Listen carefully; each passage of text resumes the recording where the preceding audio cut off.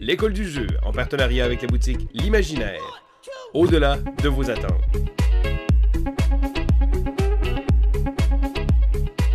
Bonjour mes enfants au tambour, c'est Vince de l'école du jeu et aujourd'hui j'ai l'immense honneur de vous faire une critique express du jeu Star Wars Rebellion ainsi que son extension Rise of the Empire. Alors Star Wars Rebellion, pour ceux et celles qui ne le connaissent pas, c'est un jeu de 2 à 4 joueurs où on est plongé, immersé dans l'univers de Star Wars. Si vous ne connaissez pas l'univers de Star Wars ou si vous n'avez jamais entendu parler de ça, qu'est-ce que vous faites sur cette planète?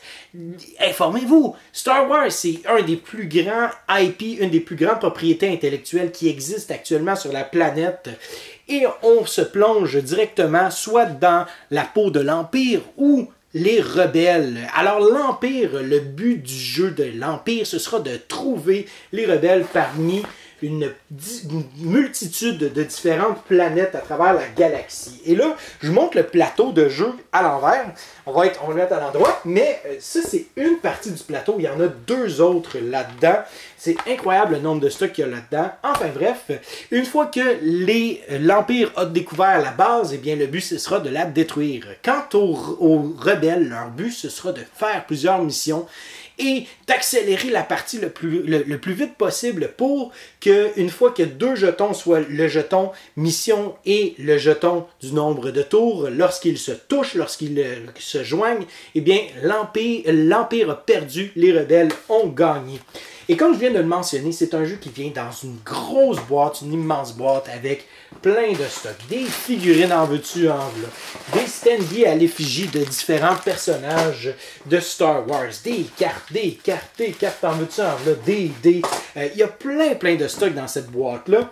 Et moi, j'avais très hâte, la première fois que j'y ai joué à ce jeu-là, j'étais un petit peu mitigé. Mais c'était quand même un jeu que je désirais tout de même essayer malgré tout pour y laisser sa chance.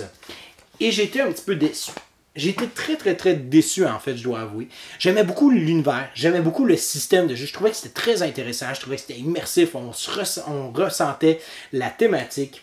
Mais il y avait 2 points qui sont venus vraiment me chercher. Le premier point, c'est qu'il y a un nombre limité de cartes dans le jeu de base au niveau des missions pour les rebelles. Et étant donné que je jouais le rebelle et que le joueur qui jouait l'Empire avait une plus grande expérience que moi, il avait davantage de parties à son actif, eh bien, il savait exactement pourquoi est-ce que je m'en allais dans telle ou telle direction, parce qu'il savait quelle mission je tentais d'accomplir et il me contrecarrait continuellement. Ça devenait frustrant à la longue parce que tu te dis, ben, à un moment donné, ce serait le fun de pouvoir faire quelque chose, mais non, on te coupait.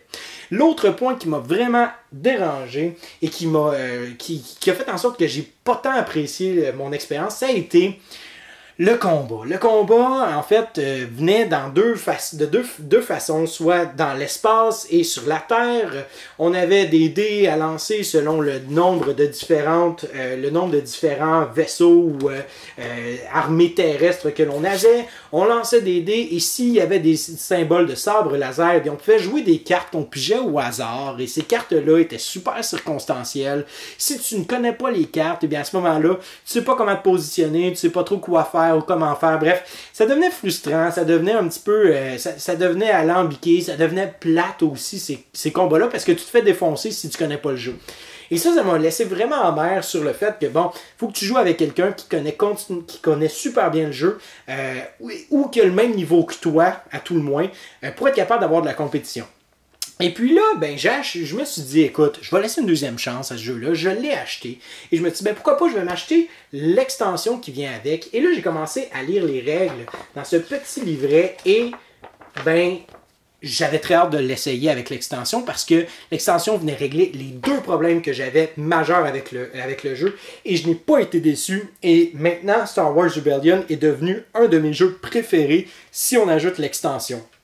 Qu'est-ce que l'extension vient fixer? La première, ben, tout d'abord, on a un nombre très grand de cartes et on en pige au hasard quelques-unes par partie, ce qui fait en sorte qu'on n'est jamais certain de où le joueur de l'Empire ou même le joueur des rebelles se dirige.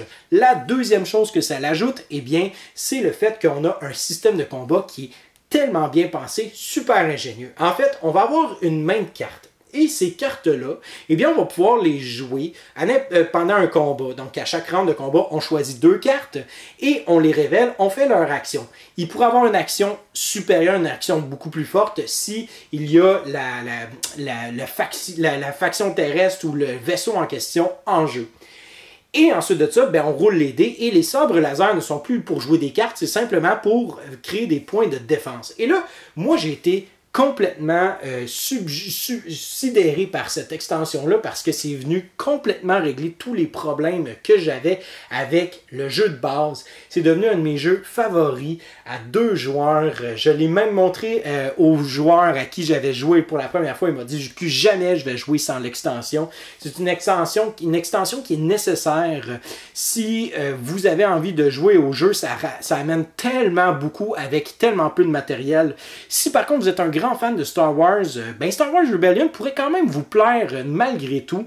Mais je conseille grandement d'acheter l'extension qui vient avec. Si par contre vous n'êtes pas un grand fan de Star Wars, ben peut-être vous allez aimer Star Wars Rebellion pour les mécaniques. Mais clairement, on va jouer à ce jeu-là pour le thème, pour l'immersion, pour les histoires que ça raconte.